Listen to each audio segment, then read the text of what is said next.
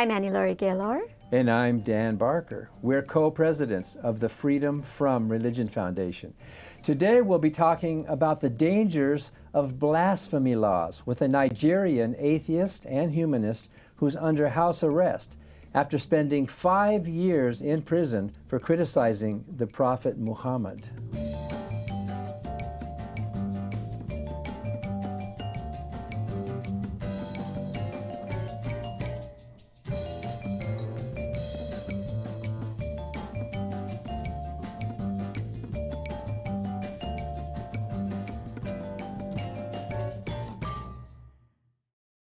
The Freedom from Religion Foundation, which produces Freethought Matters, is the nation's largest association of free thinkers. That's atheists, agnostics, and other non-believers.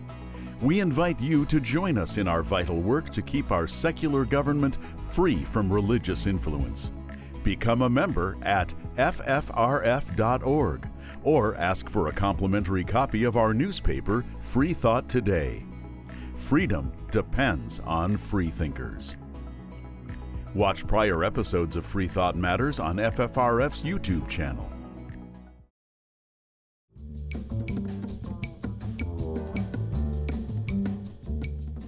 Although blasphemy laws seem archaic, they're still on the books in dozens of countries. At FFRF, we like to say blasphemy is a victimless crime, but blasphemy laws create a lot of victims. Our guest today, Mubarak Bala, is one of those victims. Mubarak Bala is a human rights activist and president of the Humanists of Nigeria. He was arrested in 2020 for posting comments on Facebook deemed insulting to Muhammad. Mubarak Bala spent a year in detention before being sentenced to 24 years in prison. An appeals court later reduced his sentence to 5 years. He was recently released, but is still under house arrest. Mubarak Bala's case drew international attention by many groups, including FFRF, calling for his release and for the repeal of blasphemy laws.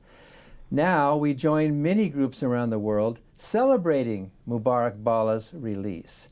Mubarak will be receiving FFRF's Courage Award at our upcoming convention in Myrtle Beach, South Carolina in mid-October. We're speaking with Mubarak Bala, who is at an undisclosed location in Nigeria today. We're so happy to be able to speak with you, Mubarak. Welcome to Freethought Matters. Hi, thank you. So when I visited Nigeria last fall, Mubarak, I met some of the humanists there, including one of your attorneys, and I heard everybody talking about your case.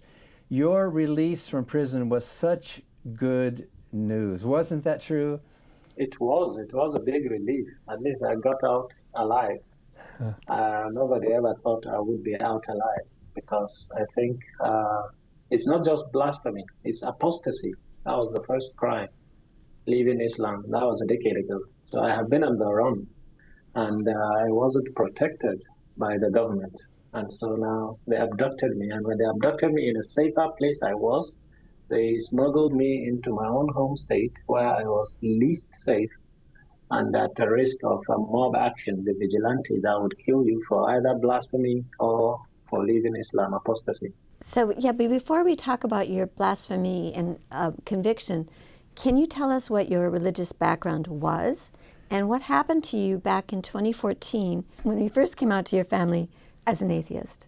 Well, that was a decade ago, more or less. I was born a Muslim by Muslim parents. I think my ancestry was a jihadi ancestry, because 2 centuries ago there was a Fulani jihad on the region, on the Sahel region.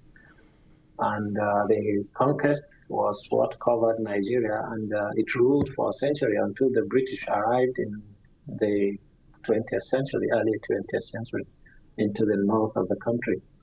And so I was schooled in the typical Islamic setting. But the outlier, why I became an outlier, is because I also was allowed the education, which was forbidden for most other individuals at the time. So my family believed in both educating the person with the Western education as well as the Islamic education, while many other families choose either of the two. If you are part of the elite, you join the Western education, you join the colonialists, and you are deemed an apostate already. And then the other side of the aisle is those that are just purely Islamists. They just study the religion and there is no interference whatsoever. And it happens that being an outlier, I was conversant with both. I had three, like it's a square meal, 3 Islamic lessons per day. We have the one at dawn, that's immediately at sunrise. Then we have it during the day hours. Then we have it in the evening. So the indoctrination was very strong. And I never, even to myself, thought I would ever leave the religion I was born into. But I was also very curious. And I think my compassion led me to believe that in reality, if there is this God and he's burning everyone in hell, I have to save as many as I could, you know. So I picked interest in trying to convince people to save themselves from Allah's hellfire. And so with that, I think I dismissed most other religions until I now turned the searchlight of myself, and I decided to synthesize what I was being taught from childhood. This is when I realized even my religion was wrong. So it took me about 5 years to actually admit to myself. I was swinging between being a Muslim and being an agnostic and doubting and this and that, skepticism. I think in the end, rational thought won. So I became an atheist. So you became an atheist, and then didn't your family freak out? Of course they did. I was an atheist for I think 3-4 years, but that was when I was in university. Then I never allowed even my friends to know. I stopped praying. I isolated myself so that nobody would know I'm not praying. You know, the daily prayer is like the monitor that everybody uses to gauge your faith. And so gradually what happened was that as I graduated from the university, I went back home, and it became apparent I'm struggling with the fasting, the Ramadan fasting. I was struggling with observing the ideals that was supposed to be my Islamic faith. And so in the end, I had to admit to my family, because Boko Haram was very rampant, killings everywhere, bombings everywhere. And so I told a few trusted individuals that I think it is time to let people know I'm not an atheist, but I want to let you first know, so that I wouldn't think I'm crazy. And they really thought I was crazy. So the report went to my dad, because I sat my mom. I told her that this my master's journey. I was supposed to travel to the UK for my master's petroleum engineering. So I told her, if I leave for the UK and you heard that Mubarak is not a Muslim, don't be shocked and don't be surprised. I've never been a Muslim since so years, and I'm just trying to be as rational as possible and as loyal to you as possible, so that you don't think of it as a betrayal. She was shocked, but she understood me. And I presented to her a few video evidences of Boko Haram beheading, Boko Haram killing people. And I showed her the hadiths, the verses that were corresponding to the commandments. And I reasoned with her, this is what Islam is about. And I cannot, in my own right conscience, I can no longer believe this. And so I am not a Muslim. She decided to tell my dad, maybe probably for further dialogue and protection. She thought my dad would protect me, but my dad actually took it to himself that I am I'm supposed to be diagnosed with a mental illness. When they took me to the first doctor, the doctor said I was very sane, I was perfectly sane. And so 6 months later, they took me to another doctor who decided that atheism is mental illness and everybody needed a God. And if I didn't believe in God, I should be medicated. Wow. And I was forcibly. Wow. I was taken to a psychiatric hospital, and I spent about 3 weeks there. Wow. But then you became a very prominent humanist in the state of Kaduna, right? And then can you tell us then what happened in 2020 that got you arrested?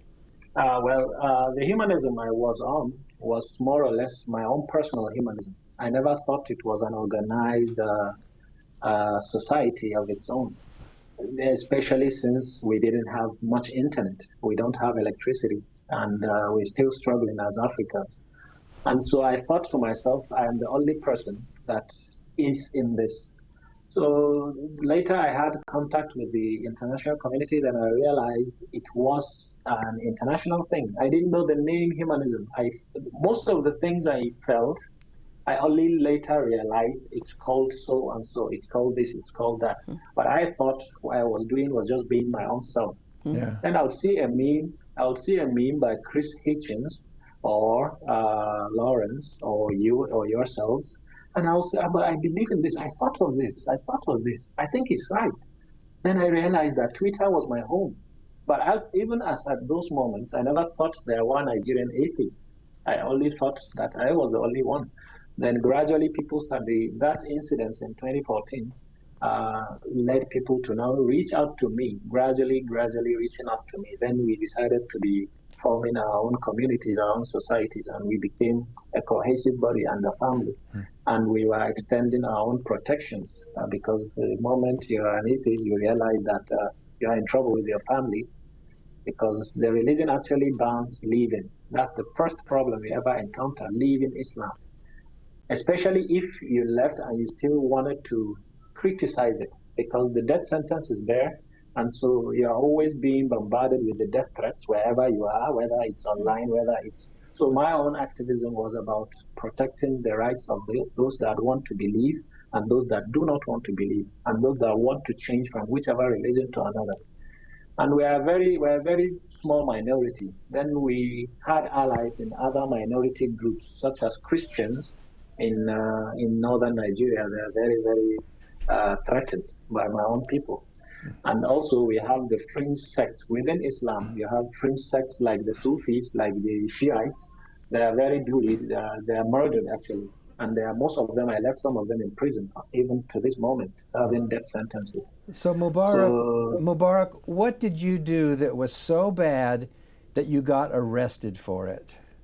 Okay, so the activism I was on was mostly on Twitter, but I noticed that Twitter is mostly with the international community, while my home is actually here in Nigeria, especially trying to reason with northern Nigeria, because when I left Islam, a lot of people thought I cannot survive there, I have to leave Nigeria. And I said, let society adjust, let my own society adjust so that they have to live with me. I do not have to flee my own home state and my own country just because I changed my religion. I told them it's just like changing your political ideology. It shouldn't be a death sentence. So the reason it was over the years I was doing this, and we were meeting, we are dialoguing with Muslims. But you know, there are bigots and there are terrorists and there are Islamists. Islamists are just a step behind the terrorists, the jihadists. And we are lucky in this society that the Islamists have the say now. And this is what led to Boko Haram, because the Islamists are actually leading the Sharia mongering. And so they took it to themselves and it became jihad and it became the banditry and the terrorism we see today, and everybody is crying. They had no problem with the killings if it was only killing the Muslims and the minorities and atheists like myself. But what did you post? What did you post on yes, Facebook? I'm leading to that. So now the activism is always online. I never do it with my own person because I work with Muslims. I work with Kaduna Electric. I am an engineering graduate.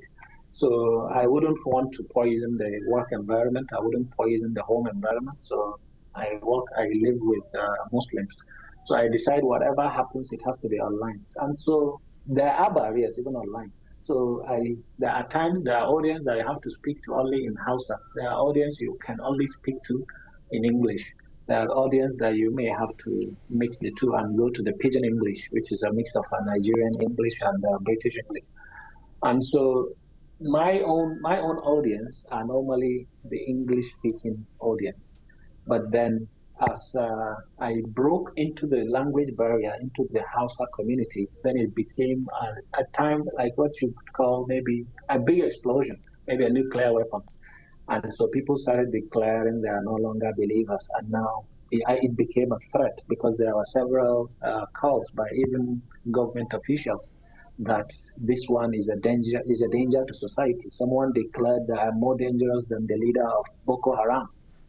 And actually, the leader of Boko Haram also declared that I am an agent of the West, people like you, that they were paying me to convert people from Islam into atheism and also running the American agenda, the French agenda.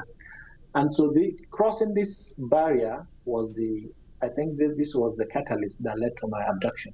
It wasn't an arrest, it was an abduction. And it was 40 years, not 24 years. I was served 40 years. 40 years. Yes, it was. Wow. So now the moment I broke that barrier, they were looking for an excuse to handle me. Some of them were threatening to kill me. And although I already had a threat half a decade earlier for leaving Islam, now you have more threats for criticizing Islam, for criticizing Sharia, for criticizing whatever the society is doing wrong, especially the female abductions of Chibok girls and other Christians that are being sold to slavery. So if you criticize those, and also if there is a runaway person from the religion and they come to your domain for help and you help them, especially if you help them to travel abroad, then you are in more trouble because you are now the one, maybe the devil's advocate. And so it led during those COVID-19, everybody was locked up, so they had time. Now people had time and they had my time, they had their attention. That's when they now decided to take action. What I heard is that a group of people went to my own home to seek me out to kill me. And so my father maybe convinced them that I was not home and I was not living at home for a decade. And so they said they had to have their pound of flesh. And so what I learned is that my father petitioned the governor and the police commissioner of the state that I must be taken into custody and probably it could be protective custody and it could be an arrest, and they chose whatever they would want, because in the north you have this protection, your family protection. So if your family sells you out, then you are up for picking. And so people could pick on you. So now the abduction came in Kaduna and I was taken into Kano, and I asked them, if you are taking me into Kano, am I not less safe in Kano? Why don't you prosecute me if there is any prosecution here in Kaduna if I committed any crime? But the new Kaduna is halfway Muslim, halfway Christian. And so I may have helpers and I will get out in time. And so they abducted me and they took me. There was an interstate ban of travel because of the COVID-19. So we were the only ones on the road for about 4 hours into Kano State. And when they now took me into Kano, they declared they have arrested me in Kano. This is just to get the jurisdiction so that they can prosecute me in Kano. But for all the subsequent months, there was no prosecution. They said they wanted to reason with me because I was embarrassing my family, I was embarrassing my own society, my own kith and kin. I'm not supposed to be an atheist, and maybe I was just confused by Dr. Lee. Maybe it was a cult that invited me, maybe I was in sort of a trance. So they wanted to wake me up. And so they reasoned with me for weeks and weeks and weeks, inviting clerics, inviting philosophy lecturers from the university, trying to reason with me. So I gave them a simple assignment for the rest of the days, because they also gave me time. Either I convert back to Islam and I leave the internet for good, I will never leave Kano ever again, and they will marry me to a Muslim Hausa woman and give me a job in Kano so that I will be settled. So they made those arrangements. Then I gave them another offer. I told them, if this piece of paper, I carried a piece of paper, I said, if this piece of paper would be stopped, because they made claims that genies are real, demons are real, angels are real, all those things. And I said, if any of these demons you claim are real could ever stop this piece of paper from reaching the ground, I'm ready to convert to Islam. So it took 3 months. Yes, it took 3 months, and they couldn't actually prove it. They couldn't hold the paper down. We know that your case went on a very, very long time, and it was up and down. We didn't know all of the terrible details of this nightmare you were in. But when we come back, we want to talk more about what it was like in prison, and then we want to talk about your plans now that it looks like you're going to be freed. I'm Laurie Gaylor here with Dan Barker, and we'll be right back in a minute.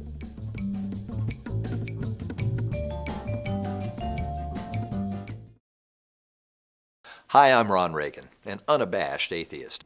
When I first recorded that commercial back in 2014, being openly atheist in America was still fairly uncommon. Today, the fastest growing religious group in the country is the non-religious, especially among the young.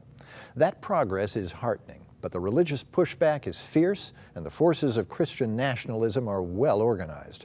Our progress won't continue unless we work together so that reason and our secular constitution will prevail. That's why I'm asking you to join the Freedom from Religion Foundation, the nation's largest and most effective association of atheists and agnostics working to keep state and church separate, just like our founders intended. Please join the Freedom from Religion Foundation today. Ron Reagan, lifelong atheist, not afraid of burning in hell. My name's Dustin, and I'm an out-of-the-closet atheist. I've only been an atheist for 3 or 4 years. I started being an atheist, I guess you could say, after a long period of existential angst that I felt in college. I don't know if I actually felt it. It could have just been more that I thought the brooding made me sexy and interesting, but I don't think that's actually the case. No, I'm actually an atheist because I've never actually heard a good argument for God, for his existence, or any God's existence. If I were to say there are unicorns in the world, you would go, okay, furnish the proof. So I put the same challenge out to theists out there. Furnish the proof. I'm open, but I just haven't heard anything good yet.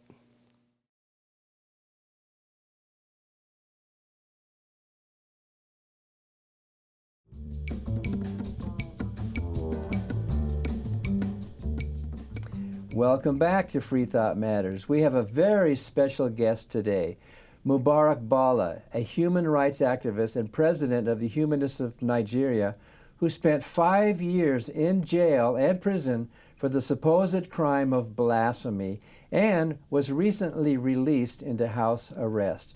We're speaking with Mubarak from an undisclosed location.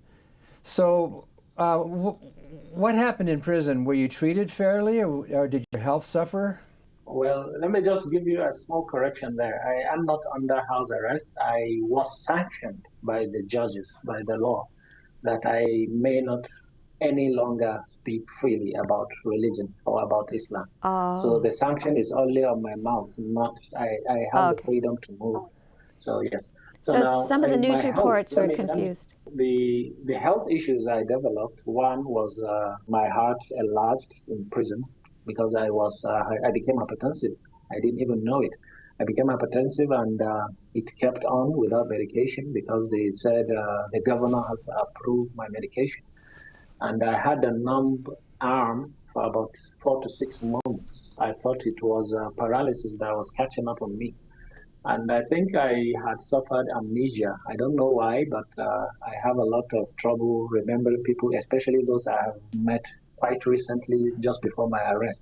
Numbers, names, and any other thing. I think it's either PTSD or I think I read about Lyme disease because there are very many insects that bite you in jail. The ticks, if I were to show my skin, you'd see that there were several bites. I think there was once I argued that maybe I have a million rashes on my skin. And so my health suffers immensely. And also, even now, I think I'm still coping, but I still have episodes of the feelings that I was still in jail. Sometimes I'll be in my own bed for weeks, even in freedom. I don't find any reason to leave because I think I was locked up, or I'll be waiting for someone to come and help me with something because I believe in my mind that the padlocks are still there. And so it takes a lot. And sometimes I hide my phone because in jail I had a phone. But now I have a phone, but I tend to be hiding my own phone now in freedom, thinking that somebody is coming to take it away because this is your lifeline. Yeah. Okay, now coming back to the treatment, going into Kano, taking you to jail with 2,000 Muslims in Kano is a very, very risky affair. I was an apostate. It's enough to be killed in Kano for apostasy. Then I was accused of blasphemy against Islam, which is another big offense in Kano. My own brothers would kill me by the mere mention of it. The third is also the trouble with insulting Muhammad. I think is the biggest trouble. And they took me within these walls of prison from June to September. I got a transfer, which is why I pled guilty. Immediately I saw a judge 24 months after my abduction. So the moment they read the charges, I pled guilty because I had to leave Kano as fast as I could. All the 30 months, there was also conversion to Islam. I resisted conversion to Islam at the police headquarters. But when I got to jail, and they told me I had no choice, it's either I convert to Islam or be killed like Mr. Gideon Akaluka.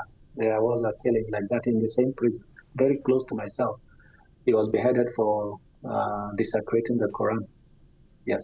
So, and these things happen, and the government would only compensate the families, and that's all. Nobody would be prosecuted. You may have read about Miss Deborah in Sokoto. You must have heard of others, like Miss Bridget Abahime, and there are others, quite a few. I can't remember their names. And so I have been in trouble in Kano just being there. By Mubarak being in that jail, anybody could discover this is the Mubarak. And so when they offered his land once again, and they told me it's only for a fortnight until I see my judge, I decided to convert, and I followed through with the Islamic tenets. And it lasted for weeks and months until I realized they were only deceiving me. And there was a time my mom visited me in jail, and they told her, we have reformed him to Islam. He's a good Muslim now. And we're just waiting for the judge to regain his health so that they will now arrange his release back to society. Then I immediately rose. I told them, I am not a Muslim. I'm only doing your own orders. I'm acting under your commands, so that they don't give hope back to my mom that I am a Muslim now. I told them I'm not. And so the moment I saw a lawyer, I told him I no longer want to practice Islam. Can you tell us what you're going to be doing in the future?